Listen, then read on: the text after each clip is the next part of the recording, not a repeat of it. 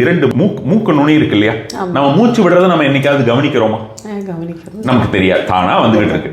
அப்ப அந்த மூச்சு ரெண்டும் வரக்கூடிய ஒரு மூக்கின் நுனியை நீங்கள் கவனித்து பாருங்களேன். சும்மா ஒரு நிமிஷம் அந்த மாதிரி கவனிச்சு பாருங்க. கையெல்லாம் வைக்க வேண்டாம். மூக்கு நுனியை பார்த்து மூக்கு நுனியின் மேல கான்சென்ட்ரேட் பண்ணிட்டு அந்த மூச்சு வரக்கூடிய தன்மையை வந்து நீங்க உணருங்க. அவ்வளவுதான். அது பண்ணி பாருங்களேன்.